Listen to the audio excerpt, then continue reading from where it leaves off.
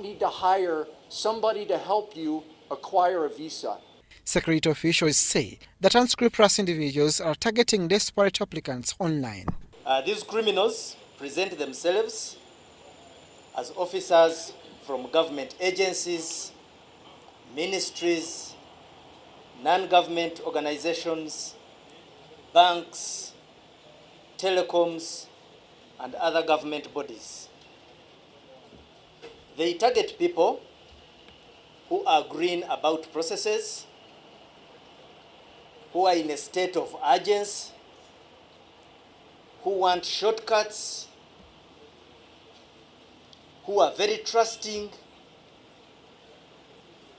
and some who are very desperate. At least 43 people have been arrested at the U.S. Embassy since July of 2025 for presenting false documents. The documents were detected during the verification process, leading to immediate visa denial and a permanent ban from entering the United States. Those 43 people have been arrested. All right, they've been stopped in the U.S. Embassy and they have been handed over to Ugandan police forces for prosecution. That's, once again, 43 people. All right, please do not show up with fake or false documents to obtain a visa.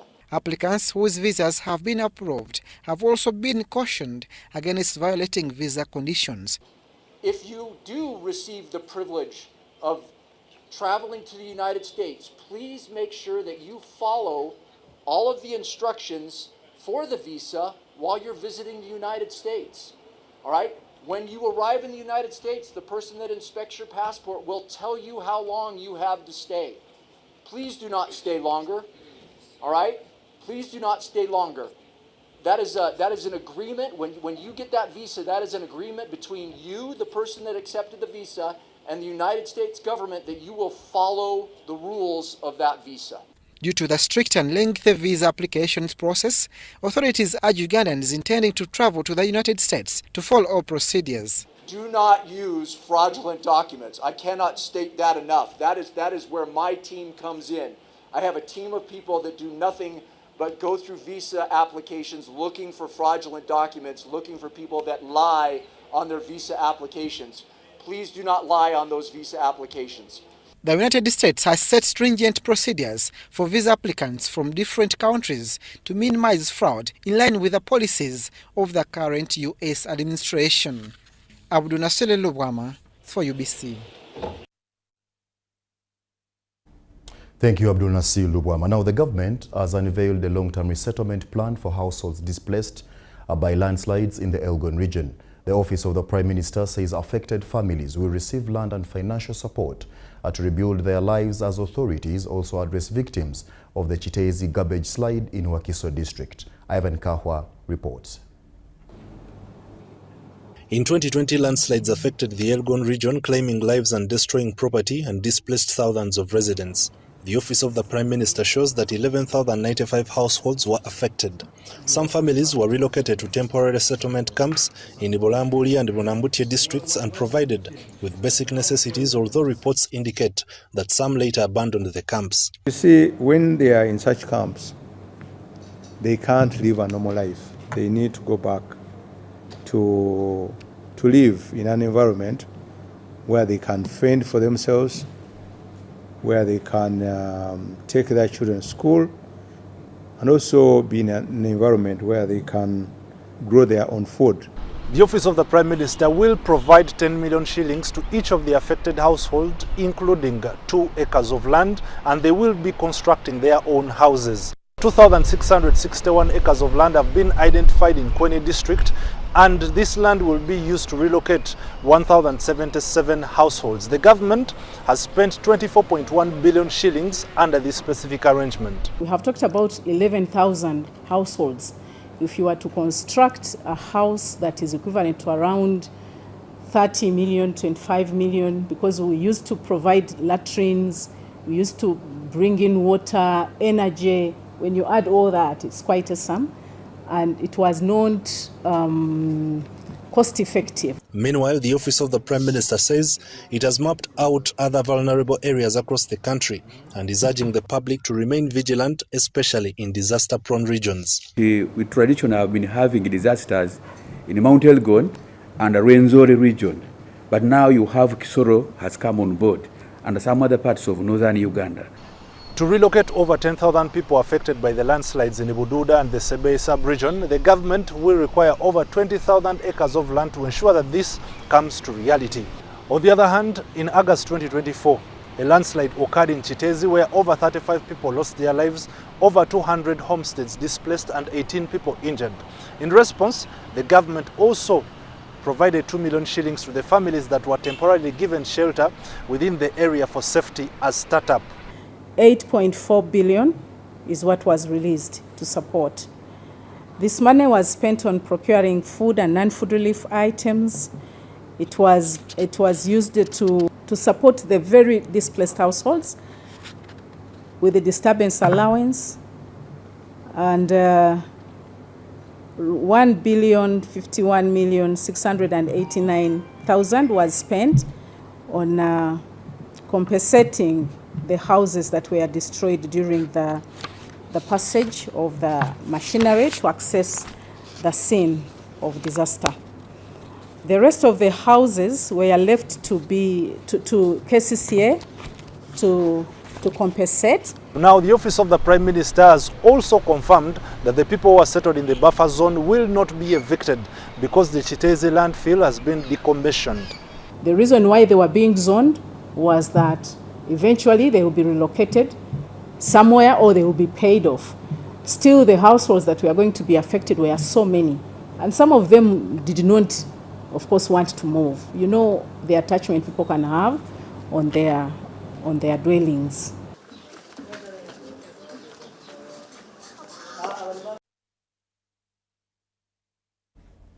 In other news, a late-night blaze has destroyed several businesses, leaving many vendors at Katwe market accounting losses. The traders say they received urgent phone calls during the night informing them that market was on fire and rushed to the scene attempting to save their merchandise. The site at Katwe market looked worrying as traders looked somber, trying to salvage the few items that survived the inferno. The fire reportedly started at around midnight and quickly spread through sections of the market and burning down stores dealing in chicken, charcoal, traditional cultural items, food and other merchandise. Many of the affected traders claim most of their business capital was acquired through bank loans. Omuliro guno sijja kulima nti we gwavudde nenga tubali tusaba bwe baziza abantu bano abali wano bateekemu excess roads. Konna kaaweddeyo tetwasigaza wadde akantu nembadde ntunda wano obutungulu nnyaanya bbiriŋŋanya. They have appealed to government for support to help them recover from the losses and effect on the loans they hold. Katwe market, owned by the Buganda Kingdom, has been operating for over 30 years and serves as an important trading hub for residents in and around Kampala. Some traders blamed the incident on bad electricity connections in the market. Batudduukirire kuba ffe tuli basajja bamufuna mpola abeeyiya. Local leaders have appealed to authorities for support so that the affected traders can repay loans.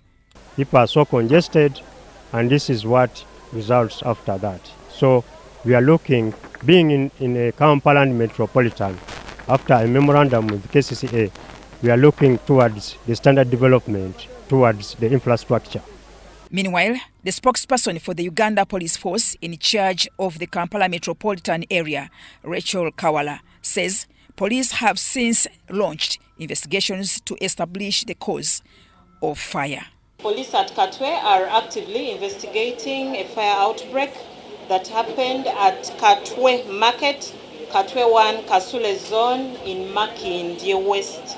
Preliminary findings indicate that at about midnight, fire broke out at Katwe Market, mainly around kiosks that sell herbal medicine.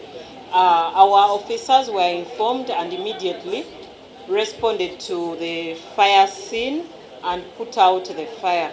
Investigations are still ongoing to establish the cause of the fire. Our officers this morning have also gone back to the scene of the fire to find out the extent of loss that the fire caused.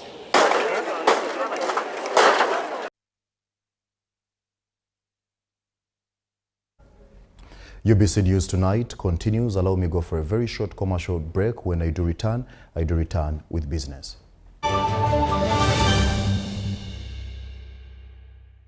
So, Muchara. Yes, Daddy. You know the children are going back to school and things are a bit tight. For now, why don't you take half of the fees to junior school, and for the school van contribution, we shall pay later. Daddy, why don't we pay using MTN Momo, where we stand a chance of winning school fees for a whole year and more? By the way, you can also apply for a school fees loan, and also participating schools can win a school van. That's right! Win school fees for a whole year and more. Get Momo goodies and a school van for participating schools. You can also apply for a school fees loan. Simply dial *165*80# or use the Momo app.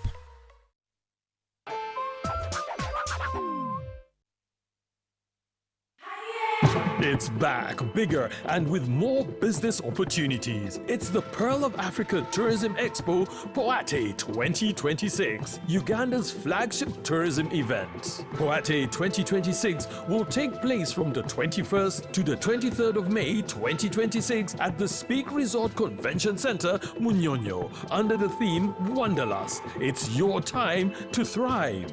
Yes, it's your time to tap into Uganda's renewed optimism and tourism growth. Tourism stakeholders, travel trade partners, and tourism enthusiasts will be part of the Poate 2026. Come and network with like-minded people and unlock new business opportunities. To participate, register at www.poate.co.ug. Poate 2026 is brought to you by Uganda Tourism Board and partners. So, Muchara. Yes, Daddy. You know the children are going back to school and things are a bit tight. For now, why don't you take half of the fees to junior school, and for the school van contribution, we shall pay later. Daddy, why don't we pay using MTN Momo, where we stand a chance of winning school fees for a whole year and more? By the way, you can also apply for a school fees loan, and also participating schools can win a school van. That's right! Win school fees for a whole year and more. Get Momo goodies and a school van for participating schools. You can also apply for a school fees loan. Simply dial *165*80# or use the Momo app.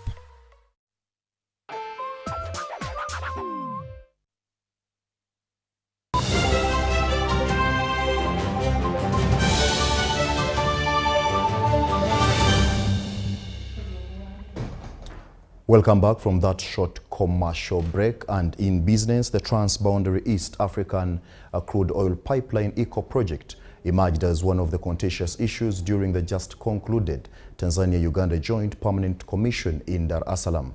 A delegate revealed that a section of the pipeline construction has faced delays due to a land ownership dispute along the border between Uganda and Tanzania. When given an opportunity to address the meeting, Jethro Kasaigi, Uganda's Minister of Internal Affairs, openly expressed his frustration, warning that minor disputes often derail Africa's development ambitions. The Joint Permanent Commission discussions exposed several operational challenges affecting the Transboundary Oil Pipeline EACOP, one of East Africa's most strategic energy infrastructure projects.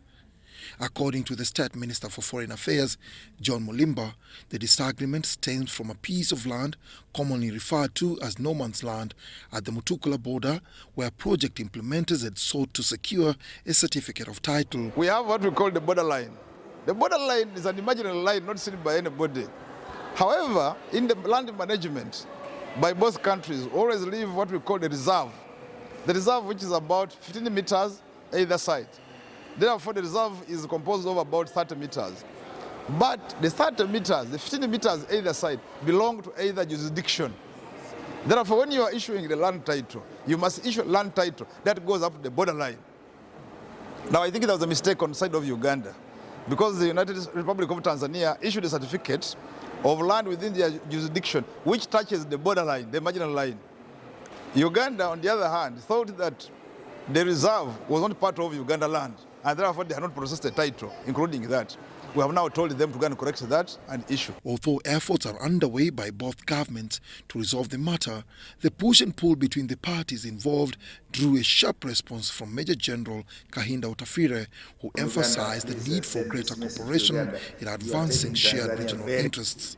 Who is going to stop EACOP? Who is going to arrest EACOP for digging a trench in the Tanzanian territory?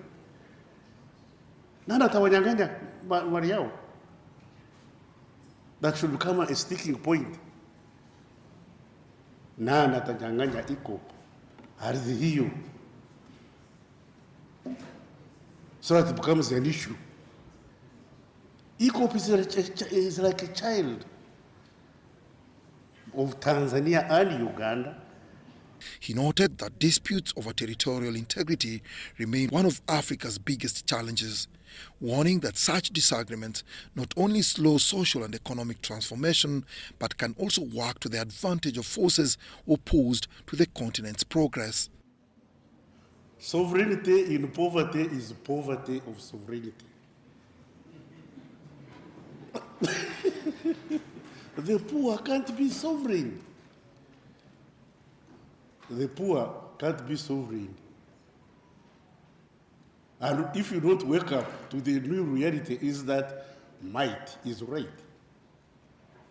If you think I'm wrong, ask Venezuela. So for us to survive, we have to come together. The faster we remove these artificial boundaries, the better for us. Whose grandfather was there in Berlin when these borders were drawn? The East African crude oil pipeline is a multi-billion-dollar joint investment by international and regional partners.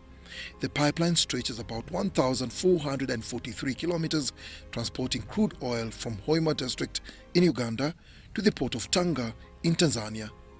Dennis Igoa for UBC. Thank you so much, Dennis Sigoa. Now that brings us to the end of our UBC News tonight. Thank you so much for being part of this news broadcast. I am Jethro Kasaigi with Yusuf Senyomo on sign language. I will be leaving you with Buza Kamisona, but of course, not forgetting that at 8:30, I will be coming back with the front bench. I do have ministry officials from the Ministry of Karamoja Affairs. Don't go away. Buza Kamisona. Dear viewers, good evening and welcome to this session of Buza Commissioner. I thank you so much for those of you who have sent questions and those of you who diligently follow this program. The first question tonight is from a lady called Lillian from Kampala. And Lillian states her question as follows. I have a small business company that deals in retail and wholesale once in a while. The company has been struggling due to low business. I haven't been getting director's allowance. I only get a salary. I have been filing company payee returns monthly. But of recent, URA has been sending me messages that I should file my personal income tax returns as a director. Isn't this double taxation? First of all, our valued taxpayer, Lillian, I want to thank you for your commitment to file and pay as you earn tax for your company every month. That is commendable. Now, you're asking about the additional requirement or a prompting message from URA asking you to file director's return. And you have explained your situation that at the moment, because of the volume of business, as a director, you are not taking any extra allowances or any other payments from the company. So this very explanation you have given me, please give it to us in response to those messages. Tell us that all I'm getting from my company now is a salary, and this is my evidence that I'm paying pay as you earn every month for the salary that I take from the company. And after that, you'll have no other obligations. But let me take this opportunity to enlighten our taxpayers on the requirement for any other taxpayer who is having a similar situation. Now, the law says you should pay income tax on all sources of income. So I want to refer to a situation where someone has more than one job. Now, if you are in paid jobs from more than one institution, the employer will file a return and pay your pay as you earn on your behalf. And therefore, there is almost no requirement for you to file what we call individual income tax return. But supposing you have an employer who cuts from you pay as you earn and does not file or submit it to URA, it poses a requirement for people to file individual income tax returns.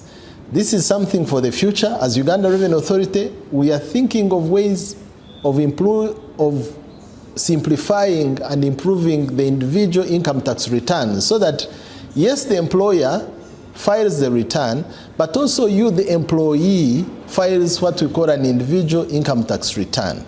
And if the employer has paid off all your payee, no problem. There is no need to file, there is no need to pay anything extra, but URA would be able to match what your employer has been filing and paying and what you as an individual you're filing and paying. But there is also situations where besides your employment, you have other sources of income. Maybe you have a side hustle of a business. Maybe you have a side hustle of a farm. You are required to file the individual income tax returns. But let me address this one in detail in another question. But thank you, Lillian, for prompting us to talk about the additional requirement for filing. Give us that information and URA will not bother you with extra demands. Thank you very much. Buza Commissioner. Now you can get direct answers. Send your tax-related questions via WhatsApp or SMS to 0790-141-887 and the Commissioner General of URA, John Musinguzi, will personally address them.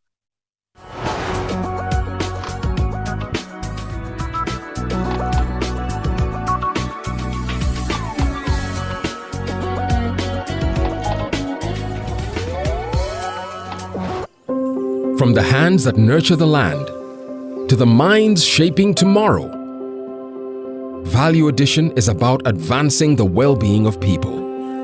It's about unlocking opportunities that create dignified work, strengthen livelihoods, empower families, and build resilient communities. Kerado ka koyo kampuni mabigino ni timo mo ka ken motie total magitele wi mo di paro pedano gichika